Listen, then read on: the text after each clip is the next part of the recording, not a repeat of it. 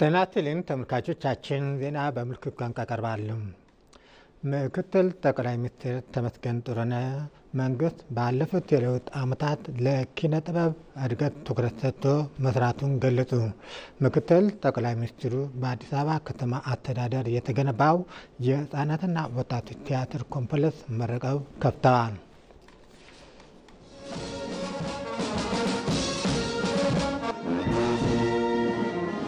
ምክትል ጠቅላይ ሚኒስትር ተመስገን ጥሩነህ በአዲስ አበባ ከተማ አስተዳደር የተገነባውን የህፃናትና ወጣቶች ቲያትር ኮምፕሌክስ መርቀው ከፍተዋል። ሙሉ በሙሉ ለቲያትርና ሲኒማ ዓላማ የተገነባው ኮምፕሌክሱ ለኪነ ጥበብ ስራዎች እንዲመች ዘመኑን በሚመጥን ደረጃ የተገነባ ነው። መንግስት ባለፉት የለውጥ ዓመታት ትኩረት ከሰጠባቸው ዘርፎች አንዱ ኪነ ጥበብ መሆኑን የተናገሩት ምክትል ጠቅላይ ሚኒስትር ተመስገን ጥሩነህ የኮምፕሌክሱ ተጠናቆ መመረቅም ይህንን ያሳያል ብለዋል። ኪነ ጥበባችን በኢላማ ሳይሆን በዓላማ ነው መመራት የሚገባው። ለዚህም መንግስት የሚጠበቅበትን ሁሉ ያደርጋል። ይህ ዘመኑን የዋጀ እጅግ ዘመናዊ የኪነ ጥበብ ማዕከል መገንባት መንግስት ለዘርፉ የሰጠውን ትኩረት አጉልቶ ያሳያል።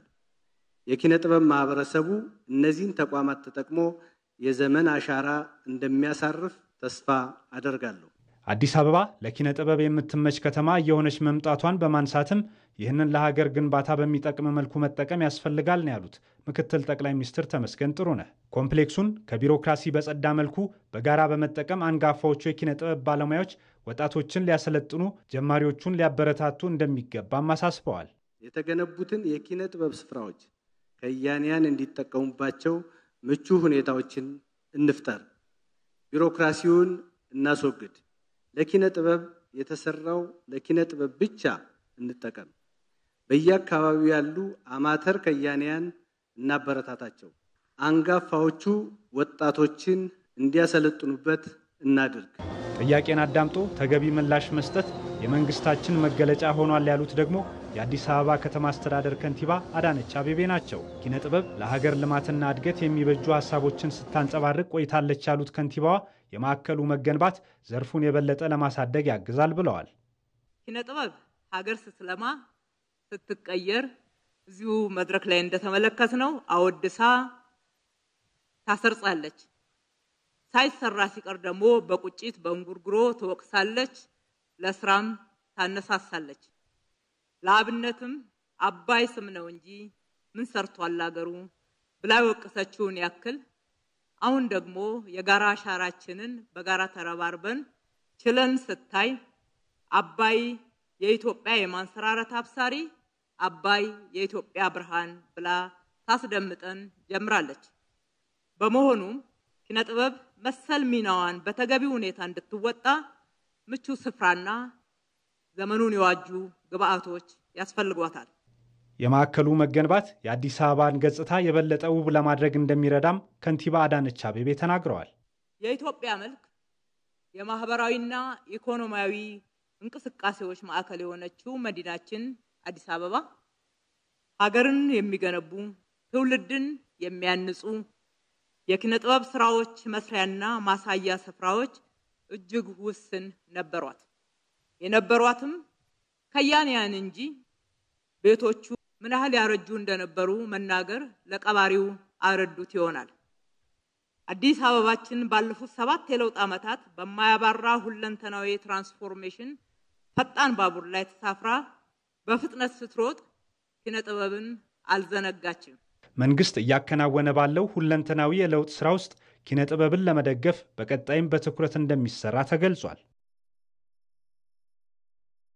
የአማራ ክልል ርዕሰ መስተዳድር አረጋ ከበደ በክልሉ መሶብ የአንድ ማዕከል አገልግሎት መርቀው በይፋ ስራ አንጀመሩም። በባህር ዳር ከተማ በይፋ የተጀመረው የክልሉ መሶብ አንድ ማዕከል አገልግሎት 42 የሚደርሱ የክልልና 7 የሚሆኑ የፌዴራል አገልግሎቶችን በአንድ ጣሪያ መስጠት የሚያስችል ነው ተብሏል። የአማራ ክልል መሶብ የአንድ ማዕከል አገልግሎት በባህር ዳር ከተማ ተመርቆ በይፋ ስራ ጀምሯል። የአንድ ማዕከል አገልግሎቱን መርቀው የከፈቱት የአማራ ክልል ርዕሰ መስተዳድር አረጋ ከበደ መንግስት የዜጎችን አንገብጋቢ የመልካም አስተዳደር ችግሮች ብሎ ከለያቸው ጉዳዮች ውስጥ አንዱ ከመንግስት አገልግሎት አሰጣጥ ጋር የተያያዘው ችግር መሆኑን ገልጸዋል። ይህን የአገልግሎት አሰጣጥ ችግር ለማቃለልም መንግስት በቁርጠኝነት እየሰራ ስለመሆኑም ተናግረዋል። ከዚህም ውስጥ መሶብ የአንድ ማዕከል አገልግሎት አንዱ መሆኑንም ገልጸዋል። በተለይም የህዝባችንን በብዛት የሚገለገልባቸውን የአገልግሎት ዘርፎች ወደ አንድ ማዕከል ወደ አንድ ቦታ በማምጣትና ቅልጥፍናን በማሳለጥ የአገልግሎት ሂደቱ ስምረት እንዲኖራቸው በማድረግ በተለይም የአገልግሎት ቅልጥፍናና ፍጥነትን በማሻሻል ጊዜ ወሳጅ አሰራሮችን በመቀነስ የደንበኞች የምርትና አገልግሎት ውጤታማነት ላይ እሴት በመጨመር በዚህ ምክንያት የዜጎች ኑሮ እንዲሻሻል የህብረተሰብ እድገት እንዲረጋገጥና በአገር ገጽታም ላይ አዎንታዊ ሚና እንዲጫወት ሚናው ከፍተኛ ነው። በመሶብ የአንድ ማዕከል አገልግሎት የሚከናወኑ ተግባራት በቅንጅትና በትብብር የሚሳለጡ በመሆናቸው ከዚህ በፊት በአገልግሎት ሰጪ ተቋማት ይስተዋሉ የነበሩ የተልእኮ መደራረብና በግዴለሽነት ሲሰራ የነበረውን ስራ በማስቀረት ተገልጋይን የሚያረካ አገልግሎት መስጠት የሚያስችል ስለመሆኑም ርዕሰ መስተዳድሩ ገልጸዋል። ይህ የአንድ ማዕከል አገልግሎት መጀመሩ መንግስት ለዜጎቹ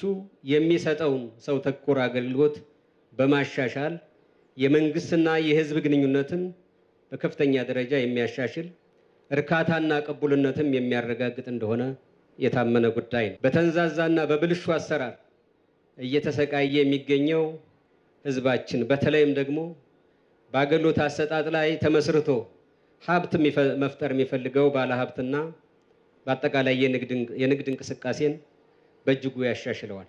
የአማራ ክልል ሲቪል ሰርቪስና የሰው ሀብት ልማት ቢሮ ኃላፊ ባንቻ አምላክ ገብረ ማርያም በበኩላቸው በክልል ደረጃ በባህር ዳር ከተማ በይፋ የጀመረው የአንድ ማዕከል አገልግሎት በውስጡ በክልልና ፌዴራል ደረጃ የሚሰጡ አገልግሎቶችን ስለመያዙ አስታውቀዋል። በመጀመሪያ ዙር ወደ ማዕከል 10 የክልል ቢሮዎች፣ 4 የፌዴራል ተቋማት ሰፊ የህዝብ አገልግሎት የሚሰጥባቸውና ቅሬታ የሚነሳባቸውን ተቋማት ተለይተው ወደ ሲስተሙ እንዲገቡ ተደርጓል። አጠቃላይ በማዕከሉ አሁን ላይ ከክልል 10 ተቋማት 42 የሚሆኑ አገልግሎቶች ከፌዴራል 4 ተቋማት 7 አገልግሎቶች በድምሩ ለመጀመሪያ ጊዜ 36 አገልግሎቶች በሲስተም የተያዙ ሌሎች ደግሞ በጊዜ ስራ የሚጠይቁ ወደ ስራ እንዲጀምሩ ተደርጓል። መሶብ የአንድ ማዕከል አገልግሎት በአሁኑ ወቅት በተለያዩ የሀገሪቱ አካባቢዎች እየተስፋፋ መሆኑን የገለጹት ደግሞ የፕላንና ልማት ሚኒስትሯ ዶክተር ፍጹም አሰፋ ናቸው። በዚህም መንግስት የህዝቡን ጥያቄ ለመመለስ ያለውን ቁርጠኝነት እያስመሰከረ ነው ብለዋል። የመሶብ ፕሮጀክት መንግስትንና ህዝብን የበለጠ የሚያቀራርብ ትልቅ ስኬት ነው። አገልግሎቶች ለተገልጋዮችና ዜጎች በፍትሃዊነት በፍጥነትና በተጠያቂነት ስርዓት የሚቀርብበትም ነው። እያንዳንዱ ዜጋ የሚፈልገውን አገልግሎቶች እንደ ዜግነት መብቱ ለማግኘት በፍትሃዊነት እና በውጤታማነት እንዲስተናገድ የሚደረግበትም ስርዓት ሆኖ በሁሉም የመንግስት ተዋረድ አወቃቀር በቀጣይነትም የሚስፋፋ ይሆናል። በዚህም መንግስት የህዝባችንን ጥያቄ በአግባቡ ለመመለስ ያለውን ቁርጠኝነት አስመስክሯል። በአማራ ክልል ከባህር ዳር ከተማ በተጨማሪም በደሴና ጎንደር ከተሞችም አገልግሎቱን ለማስጀመር ዝግጅት እየተደረገ ስለመሆኑም ተመላክቷል። የታላቁ የኢትዮጵያ ህዳሴ ግድብ ግንባታ መጠናቀቅ የኢንዱስትሪ ምርታማነት ለማሳደግ ጉልህ አስተዋጽኦ እንዳለው ተገለጸ። በአዳማ ልዩ የኢኮኖሚ ዞን እየሰሩ የሚገኙት አምራቾችም ግድቡ አስተማማኝ የኤሌክትሪክ ኃይል እንዲኖር እንደሚያስችል ተናግረዋል። በአዳማ ልዩ ኢኮኖሚ ዞን የተለያዩ የውሃ ማስወገጃ ቱቦዎችንና ሌሎችንም ተኪ ምርቶችን የሚያመርተው ሪፎ ወይም ኢዜድኤም ፋብሪካ በዋነኛነት የኤሌክትሪክ ኃይልን እንደሚጠቀም የፋብሪካው መስራችና ባለቤት እስመላ ዓለም ዘውዴ ይናገራሉ። የታላቁ የኢትዮጵያ ህዳሴ ግድብ ግንባታ መጠናቀቅም የፋብሪካዎችን የኃይል ፍላጎት ለማሟላት ጉልህ ሚና ይኖረዋል ብለዋል። ከዚህ የነበረው ከፍተኛ አቅም ያላቸው ጀነሬተሮች ማሽኖቻችን አለ ኤሌክትሪክ ፓወር ቢቋረጥ በጀነሬተር እንዲሰሩ ትልቅ ጀነሬተሮች ማሽናችን ላይ ያስገብተናል። ያ ኢኒሻሊ ብዙ ተጨማሪ ኮስት አስደርጎናል። አሁን ባለው ሁኔታ ግን ጥሩ ፓወርና ኮንስታንት የሆነ ፓወር ስላለ ጀነሬተሮች እየተጠቀምባቸው አይደለም ያሉት። ኤክሴፕሽናሊ አንዳንድ ጊዜ ችግር ሲፈጠር ካልሆነ በስተቀር አብዛኛውን ጊዜ ጥሩ የሆነ ፓወር እናገኛለን። የተወሰነ የመቆራረጥ ነገሮች በሜንቴናንስ አንዳንድ ነገሮች አሉ። ሆፕፉሊ ከዚህ ቀጥሎ የሚስተካከሉ ይመስለናል። ያው የህዳሴው ግድብ ፓወር በመኖሩ ከፍተኛ የሆነ በማኒፋክቸሪንግ ሴክተሩ ላይ ትልቅ ተጽዕኖ ይኖረዋል።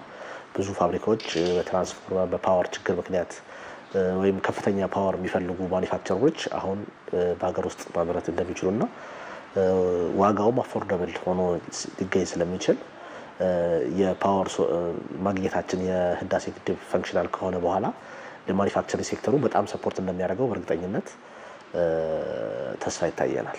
ተቋማቸው ለህዳሴው ግድብ ግንባታ የበኩሉን ተሳትፎ ማድረጉን የገለጹት ባለሀብቱ በቀጣይም ሀገራዊ የሆኑ ግዙፍ ፕሮጀክቶችን ለማጠናከር በትኩረት ሊሰራ ይገባል ሲሉ ገልጸዋል። እንደምናየው እንግዲህ ብዙ ሜጋ ፕሮጀክቶች አሉ። በዛ በፕሮጀክቶች ላይ የኛ ፕሮዳክቶች እየተጠቀሙ ይገኛሉ። ስለዚህ ለሀገር ውስጥ እነዚህ አይነት ፕሮጀክቶች ብዙ ዲማንድ የሰው ኃይል ስራ በመፍጠር እንዲሁም ሀገር ውስጥ የሚመረቱ ፕሮዳክቶችን በመጠቀም ብዙ ኢኮኖሚካሊ ብዙ ኢምፓክት ያላቸው ናቸውና በሀገርም ደረጃ በውጭም በቱሪስት መስህብ ደረጃ ጥሩ ጅማሮች ናቸው። በዚሁ ይቀጥል ጥሩ ነው እላለሁ። የፋብሪካው ሰራተኞችም የህዳሴው ግድብ ግንባታ አምራች ኢንዱስትሪዎች እንዲሰፉ ምቹ ሁኔታን ይፈጥራል ሲሉ ተናግረዋል። ለኢንዱስትሪ ከፍተኛ ግብአት የሚሰጠው ኤነርጂ ነው። ብዙ ኤነርጂ ማምረትን ቁጥር ብዙ ፋብሪካ መገንባት እንችላለን። ያ ደግሞ ኢኮኖሚያችንን ያሳድጋል። ከዚህ በፊት በነበረው ሁኔታ የኤነርጂ መቋረጦች በብዛት ይደርሳሉ። ያ መቋረጥ አለ ከሁለት ነገር ነው። አንደኛው የኢንፍራስትራክቸር ችግር ቢሆን፣ ሁለተኛው ደግሞ የአቅርቦቱም ውስንነት ይኖራል። ከዚህ የተነሳ መቋረጣል። ስለዚህ ለኛ ኤነርጂ ማለት ትልቅ የሆነ ነገር ነው ማለት ነው። ፋብሪካ ላይ ኤነርጂ አይታሰብም ለማለት ይችላል። የአባይ ግድብ መኖሩ የመብራት መቆራረጦች አይኖሩም። ብዙ ጊዜ መብራት ሲቆራረጥ ስራ ማሽኖቹ ስራ ያቆማሉ። በጄኔሬተር እና አስተማማኝ የሆነ ነገር አይካሄድም። ኮስቱም ይበዛል ጄኔሬተር የሚወጣው። አሁን ግን በራስ ኃይል ሲሆን ግን አንድ ኮስቱን ይቀንሳል። ሁለተኛ ደግሞ ሁሉም ማሽኖች በተቀላጠፈ ሁኔታ እንዲሰሩ ያበረታታል።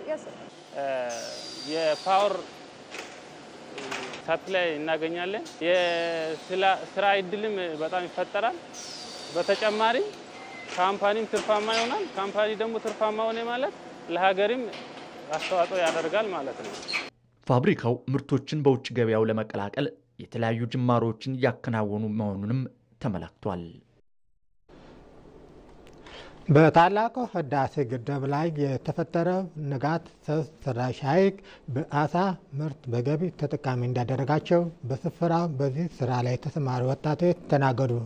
በጉባኤው የተፈጠረው የአሳ ልማት ለነዋሪዎች የስራ ዕድል ከመፍጠሩ በዘለለ ለኢትዮጵያ ትልቅ የኢኮኖሚ ጥቅም የሚያስገኝ ስለመሆኑ ተገልጿል። እነዚህ ወጣቶች የታላቁ ህዳሴ ግድብ ግንባታ በፈጠረው በዚህ ሰው ሰራሽ ሐይቅ ላይ አሳ ማስገርን የቀን ተቀን ስራቸው አድርጎታል። አሁን ላይ የታላቁ ህዳሴ ግድብ ለወጣቶቹ ምግብም የስራ ዕድልም የፈጠረ ሆኗል። ከዚህ በፊት አይቼ መላቆ ነገር ነው እዚህ አካባቢ ላይ ያየው ማለት ነው። እና አባይ ግንድ ይዞ ማደሪያ የለውም ግንድ ይዞ ይዞራል ሲባል ነበር ከዚህ በፊት የሰማው። አሁን ማደሪያ ቅርና ህብረተሰቡን ማገልገል ጀምሯል። በዚህ ላይ በጣም ተመችቶኛል፣ ደስ ብሎኛል። አባይ ያኔ በጀመረ ተጠቅመን አልነበርን። አሁን ግን ይሄው ተገድቦ አባይ ተገድቦ በአይናችንም አየን፣ ይሄው አሳውንም አየን። ሁሉም ነገር በአንድነት መስራት እንዲገባ ይሄንን መገኘቱም እንኳን ደስ ብሎኛልና የታላቁ ህዳሴ ግድብ መጠናቀቁ የፈጠረባቸውን ደስታ የሚገልጹት ወጣቶቹም የግድቡ ግንባታ በአንድነት የመስራት ውጤት በመሆኑ ለሌሎች ሀገራዊ ስራዎችም መነሳሳትን የሚፈጥር ነው ይላሉ። አሳ በጣም ጥሩ ነው። ከኛ አካባቢ እዚህ ጋር በጣም ጥሩ የተገኘ ነው። ማይችሉትንም እያለማመደን ወደኛ አስጠግተን በማህበር ተደራጅተን እያሰራን ነው ያለነው። ያለን ሞያ ከኛ አጋርተን ያው ስራ እያሰራን ነው ያለነው። በቃ ደስታ ነው የምንገልጸው እንጂ ደስ ብሎናል።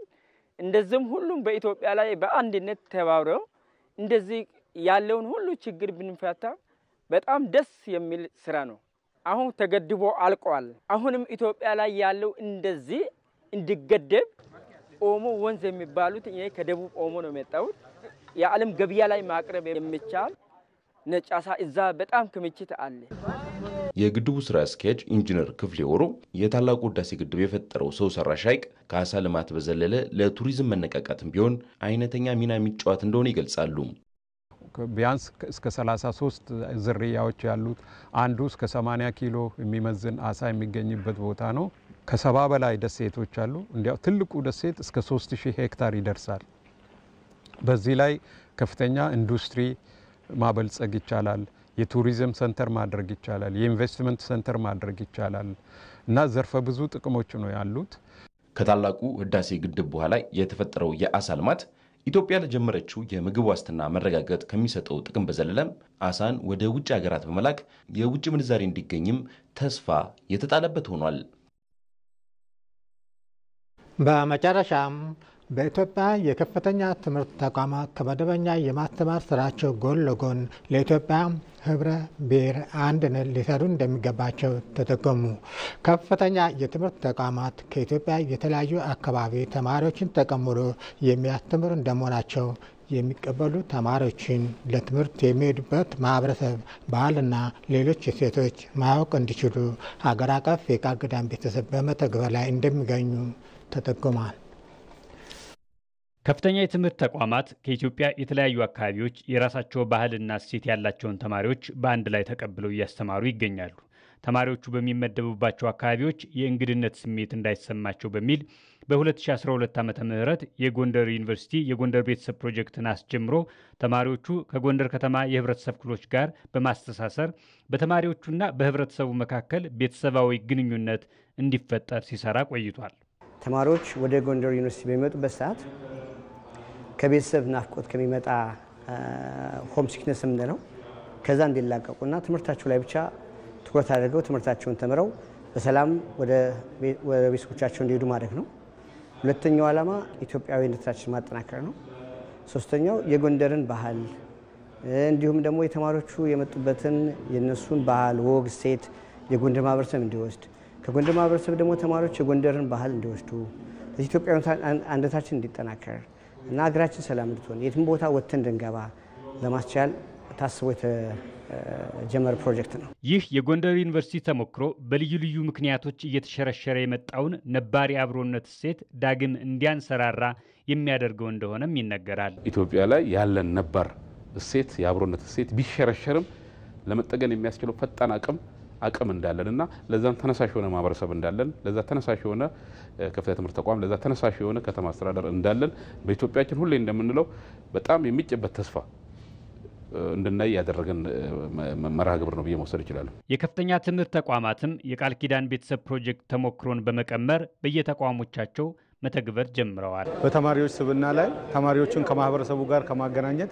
ማህበረሰቡንም ደግሞ ከተማሪዎቹ ጋር የተለያዩ ባህሎችን ከማወቅና ከማስለመድ ሰላማዊ መማር ማስተማር ሂደትንም ከመፈጸም አንጻር ከፍተኛ አስተዋጽኦ የነበረውና ያለው የተሞከረ ቴስት የተደረገና ሌሎች ዩኒቨርሲቲዎች ደግሞ ይሄን እንዲተገብሩት ምሳሌ ወስደን የሆነ ስለሆነ አንደኛ አዋጭነቱ የታየ ነው። ጥቅሙ የፈጠራቸውን ተጽዕኖዎች በግልጽ አይተናል። የሰላም ሚኒስቴርም ይህን በፕሮጀክትና በጽህፈት ቤት ደረጃ ያለ ተሞክሮ ተቋማዊ አደረጃጀት እንዲኖረው የሚያስችል ሀገር አቀፍ የቃል ኪዳን ቤተሰብ መመስረቱን ይፋ አድርጓል። ተቋማዊ እንዲሆን ይህን ተቋማዊ ሂደቱን ለመፈጸም በሚያስችል ደረጃ እንደ አንድ መደብ ሆኖ እንዲወጣ ከሲቪል ሰርቪስ ውይይት እናደርጋለን። ከትምህርት ሚኒስቴር ጋር ደግሞ በጋራ ሆነን ጉዳዩን ሲሪየስሊ ዩኒቨርሲቲዎችም እንደጠየቁት የኪ ፐርፎርማንስ ኢንዲኬተር የሚባለው ውስጥ እንዲገባ እና ያን ክትትል የማድረግ ስራ ከዛ በተጨማሪ በሁሉም ዩኒቨርሲቲዎች ተመሳሳይ ፕሮግራም ሀገራዊ ፕሮግራም እየዞርን ልምዶቻቸውን እንዲያለውጡ የሚያስችል እቅድ ውስጥ አስገብተን እንሰራለን። የከፍተኛ ትምህርት ተቋማት ከመደበኛ የመማር ማስተማር ስራቸው በተጓዳኝ ለሀገር አንድነት የሚበጁ በጥናት የተደገፉ ስራዎችን ሊተገብሩ እንደሚገባም ተጠቁሟል። ዜናው አበቃ። ከቀሪ ፕሮግራሞቻችን ጋር መልካም ቆይታ